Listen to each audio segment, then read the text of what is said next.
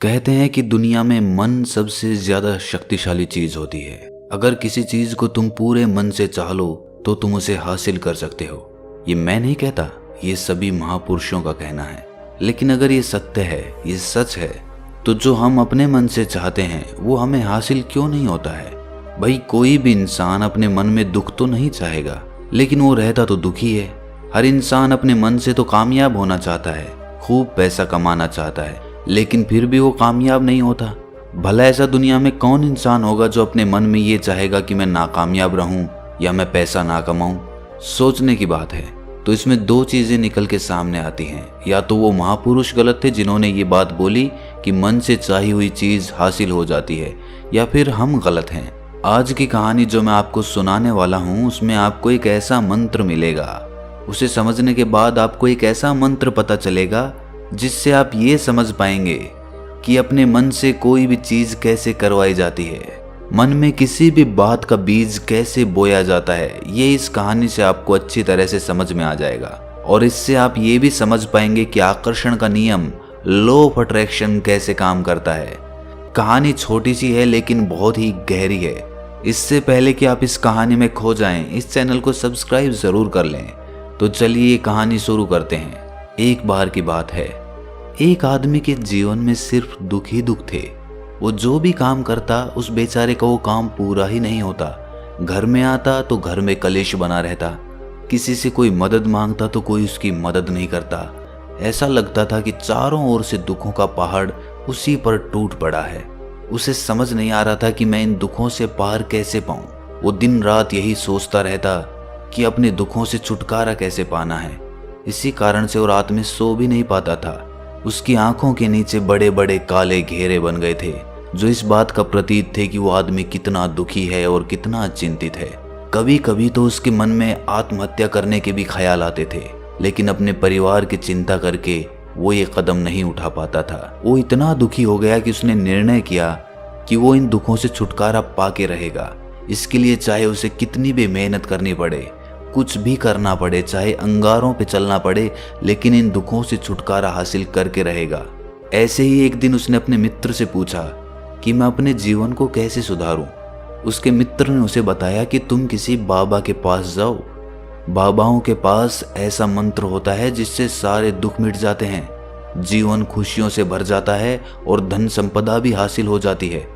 तुम किसी ऐसे बाबा को ढूंढ लो, बस तुम्हारा काम बन जाएगा। उस आदमी के मन में ये बात पूरी तरह से पक्की बैठ गई कि कोई बाबा ही मेरा दुख दूर कर सकता है, और इसीलिए उसे किसी भी बाबा के बारे में पता चलता तो वो उस बाबा के पास पहुंच जाता। वो उस बाबा को अपनी समस्या बताता और उससे उसका समाधान पूछता और कहता कि बाबा, मैं कुछ भी करने के लिए तैयार हूं, लेकिन मेरी इन समस्याओं से मुझे छुटकारा दिला दीजिए। आप जो कहेंगे मैं वो करूंगा, लेकिन मेरे जीवन को सुधार दीजिए। बाबा उसे कुछ टोने टोट के बता देते थे करने के लिए, और बदले में दान दक्षिणा ले लेते थे कि ये टोना टोटका करने के बाद तुम्हारे घर में सुख शांति बनी रहेगी, बस इस टोटके को पूरी विधि के साथ करना। वो आदमी घर लौटकर पूरी विधि के साथ टोने टोटके करने लगा, लेकिन बहुत टोने टोटके करने के बाद भी उसके जीवन में कुछ बदलाव नहीं आया। इसके विपरीत उसका जीवन और ज्यादा दुखी हो गया। जो भी बाबा उसे टोना टोटका देता था वो बदले में उससे दान दक्षिणा लेता था, जिससे उसका धन भी धीरे धीरे खत्म हो रहा था। इससे उसके जीवन में दुख और ज्यादा बढ़ गए। तब उसे लगा कि बाबाओं के पास जाने से तो मेरे जीवन में दुख कम होने की बजाय बढ़ते ही जा रहे हैं, तो मुझे क्या करना चाहिए? बाबाओं के पास जाऊं या ना जाऊं? फिर एक दिन एक आदमी ने उसे बताया कि तुम अपने घर में किसी पंडित को बुलाकर हवन करवा लो। हवन होगा, घर शुद्ध हो जाएगा। कोई भी बुरी ऊर्जा होगी घर में तो वो घर से बाहर चली जाएगी। किसी पंडित को बुलाकर पूरे विधि विधानों से मंत्रोच्चारण कराओ और हवन कराओ, जिससे घर में सुख शांति आए। उस आदमी के मन में ये बात बैठ गई और उसने एक पंडित को अपने घर पर बुलाकर हवन करवा दिया। हवन अच्छी तरह से संपन्न हुआ।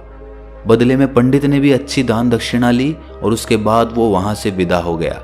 लेकिन कुछ दिनों के बाद उस आदमी को महसूस हुआ कि उसके जीवन में अब भी कोई बदलाव नहीं आया है। अब वो आदमी पूरी तरह से दुखी हो गया और ज्यादा परेशान हो गया। अब तो उसे लगने लगा था कि मेरे जीवन में से दुख कभी खत्म ही नहीं होंगे। और यही सोच सोच कर उस आदमी का बुरा हाल हो गया था। फिर एक दिन उसे अपने मित्र से एक ऐसे बाबा के बारे में पता चला जो समाधान बताने के लिए कोई दान दक्षिणा नहीं लेता था। उस आदमी को लगा कि ये बाबा दूसरे बाबाओं की तरह नहीं हो सकता, क्योंकि ये दान दक्षिणा तो लेता ही नहीं, और अगर दान दक्षिणा नहीं लेता तो ये सच में कोई सिद्ध बाबा होगा। और यही सोचकर वो उस बाबा के पास पहुंच जाता है। जब वो आदमी वहां पर पहुंचता है तो वो बाबा ध्यान में बैठे हुए थे। ये देखकर वो आदमी वहीं पर चुपचाप बैठकर ध्यान से बाहर आने का उनका इंतजार करने लगा। थोड़ी देर बाद बाबा ने आंखें खोली तो सामने एक दुखी और परेशान युवक को बैठे देखा। वो उसकी आंखों के नीचे काले घेरे देखते ही समझ गया कि ये आदमी अपने जीवन से कितना परेशान है। उसे संबोधित करते हुए बाबा ने पूछा कि बच्चा, क्या चाहते हो? बाबा के पास क्या लेने आए हो? उस आदमी ने कहा कि बाबा, मैं अपने जीवन से बहुत परेशान हूं। मैंने इन दुखों को दूर करने के लिए बहुत सारे रास्ते अपनाए, हर वो तरकीब करके देखी जो किसी बाबा ने मुझे बताई, हर वो काम किया जो किसी भी इंसान ने मुझसे करने को कहा, लेकिन मेरे जीवन में दुखों में कोई कमी नहीं आई। बाबा, इसके विपरीत मेरे जीवन में दुखों में बढ़ोतरी हो गई। मुझे समझ नहीं आ रहा है कि मैं क्या करूं। कभी कभी तो मैं आत्महत्या करने की सोचता हूं, लेकिन अपने परिवार की सोचकर मैं ये कदम नहीं उठा पाता। मैंने आपके बारे में बहुत सुना है बाबा, और मैं बहुत उम्मीद के साथ आपके पास आया हूं। कृपया करके मुझे कोई ऐसा मार्ग बताएं जिससे मुझे अपने दुखों से छुटकारा मिल जाए। मैं अपने दुखों से छुटकारा पाने के लिए कुछ भी करने को तैयार हूं। आप मुझे कोई भी रास्ता बताएं, चाहे वो रास्ता कितना भी कठिन क्यों ना हो, मैं उसको पार करके रहूंगा। बाबा ने महसूस किया कि आदमी तो सच में बहुत परेशान है। बाबा ने उसकी बात सुनकर कहा कि बच्चा, दुखों को दूर करने के लिए मंत्र ऐसे ही नहीं मिलते। मंत्र पाने के लिए कुछ करना पड़ता है। तुम कुछ कर सकते हो?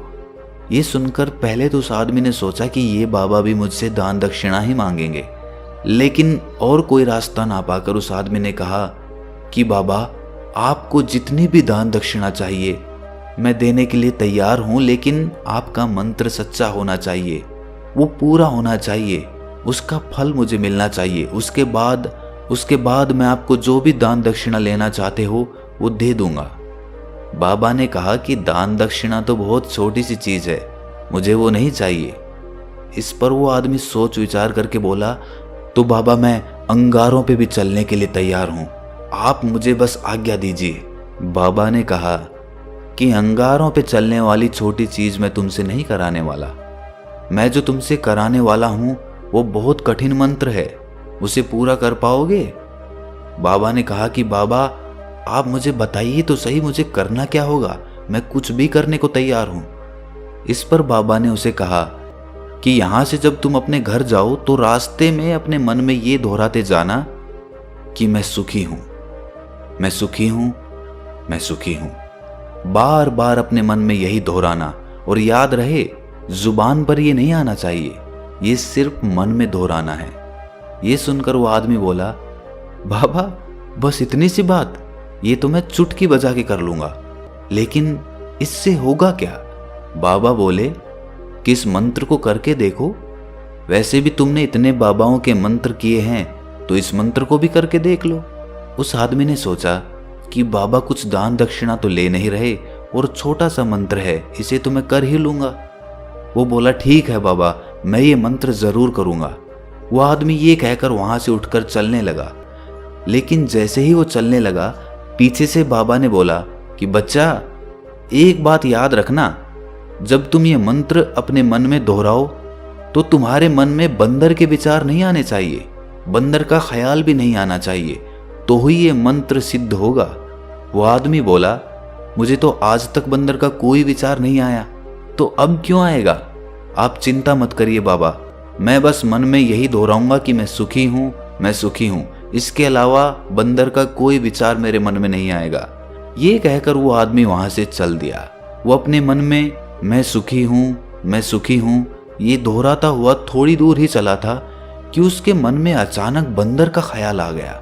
बंदर का ख्याल एक बार आया और चला भी गया, लेकिन उस आदमी ने सोचा कि आज तक तो मुझे बंदर का कोई विचार नहीं आया, ये आज बंदर का विचार क्यों आ गया। और ऐसे करके उसने उस बंदर के विचार को पकड़ लिया। वो ये भूल गया कि मुझे क्या मंत्र दोहराना है और वो बंदर के बारे में सोचने लगा। जब थोड़ी देर बाद उसे फिर से होश आया तो वो फिर से अपना वही मंत्र दोहराने लगा जो बाबा ने उसे बताया था, मैं सुखी हूँ, मैं सुखी हूँ।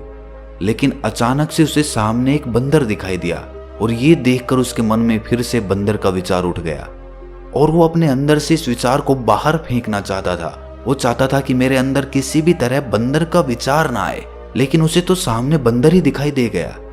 ऐसे ही जद्दोजहद करते करते वो घर पे पहुंचा और घर पे पहुंचने के बाद अपनी पत्नी को कहा कि हे बंदरिया, मुझे खाने में बंदर परोस दो। और जब उसे एहसास हुआ कि उसने क्या बोल दिया तो वो अपने बाल नोचने लगा। वो दीवारों में सर मारने लगा कि आज तक मुझे बंदर का कोई विचार नहीं आया और आज मुझे ये क्या हो गया है कि मुझे हर जगह बंदर ही बंदर नजर आ रहे हैं, ये कैसी माया है। यही सोच सोच कर वो आदमी रात भर सो नहीं पाया।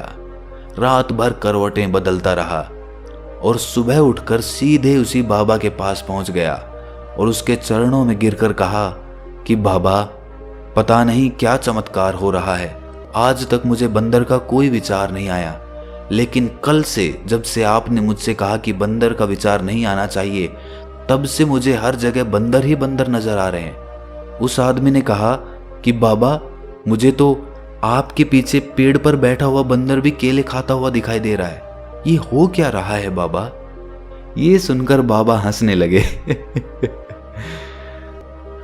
बच्चा, मन का जाल एक ऐसा जाल है जिसे समझ पाना इतना आसान नहीं है। बंदर तो तुम्हारे रास्ते में पहले भी आते थे। जब तुम मेरे पास आए थे तो इन्हीं पेड़ों पे ये बंदर घूम रहे थे, लेकिन तब तुम्हारे ध्यान में ये बंदर नहीं था, तब तुम्हारे ध्यान में सिर्फ अपने दुख थे। इसके बाद बाबा ने उसे बताया कि बच्चा, हम जिस चीज से भी दूर भागना चाहते हैं वही चीज हमारे मन में बहुत गहरे में प्रविष्ट हो जाती है, वो हमारे अंतर मन में समा जाती है। असल में हम जिस चीज से भी छुटकारा पाना चाहते हैं उससे छुटकारा इसीलिए पाना चाहते हैं कि वो हमारे साथ बहुत गहरे से जुड़ी हुई है, और हम जितना ही उससे छुटकारा पाना चाहते हैं वो उतनी ही गहरी हमारे मन में बैठती चली जाती है और आखिरकार वो हमारे अंतर मन में छा जाती है। ऊपर से तो हम चाहते हैं सुखी होना कि मैं सुखी हूँ, सुखी हूँ, हमारे होंठ भी यही बोलते रहते हैं, लेकिन हमारे मन में दुख समाये होते हैं। हमारे विचारों में, हमारे मन में हमें दुख ही दुख दिखाई देते हैं। इसीलिए अपनी जुबान से बार बार ये बोलने से कि मैं सुखी हूँ, मैं सुखी हूँ, हम सुखी नहीं होंगे जब तक ये मंत्र हमारे अंतर मन में प्रविष्ट नहीं होगा। इस पर उस आदमी ने पूछा कि बाबा, लेकिन ये मंत्र हमारे अंतर मन में प्रविष्ट कैसे होगा। ये सुनकर बाबा ने कहा कि बच्चा, अपने दुखों से लड़ना बंद कर दो। जब तक तुम अपने दुखों को दूर करने की सोचते रहोगे तब तक वो दुख तुमसे चिपके रहेंगे, तब तक वो दुख तुम्हारे अंतर मन पर अपना राज जमाए बैठे रहेंगे। और जिस दिन तुम उन दुखों के बारे में सोचना ही छोड़ दोगे, उन दुखों से छुटकारा ही नहीं पाना चाहोगे, उसी दिन से तुम्हारी जिंदगी से दुख गायब हो जाएंगे। क्योंकि किसी भी चीज से छुटकारा पाने के लिए हमें उस चीज के बारे में सोचना पड़ता है, और हम जितना ही उस चीज के बारे में सोचते हैं वो उतनी ही गहरी हमारे मन में प्रविष्ट होती चली जाती है। हम अधिकतर समय दुखों के बारे में ही सोचते हैं। हम यही सोचते हैं कि हमारे जीवन में दुख है और हमें इससे छुटकारा पाना है।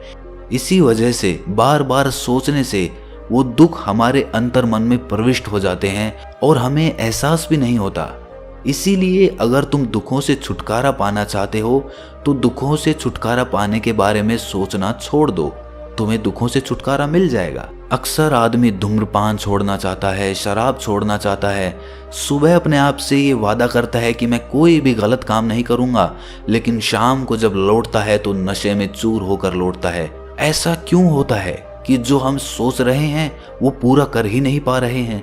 असल में हम उस चीज को बहुत ज्यादा तवज्जो दे रहे हैं, उस चीज को बहुत ज्यादा अहमियत दे रहे हैं। जब भी हम उस चीज को छोड़ने के बारे में सोचते हैं तो हम उसकी इम्पोर्टेंस यानी कि विशेषता और ज़्यादा बढ़ा देते हैं।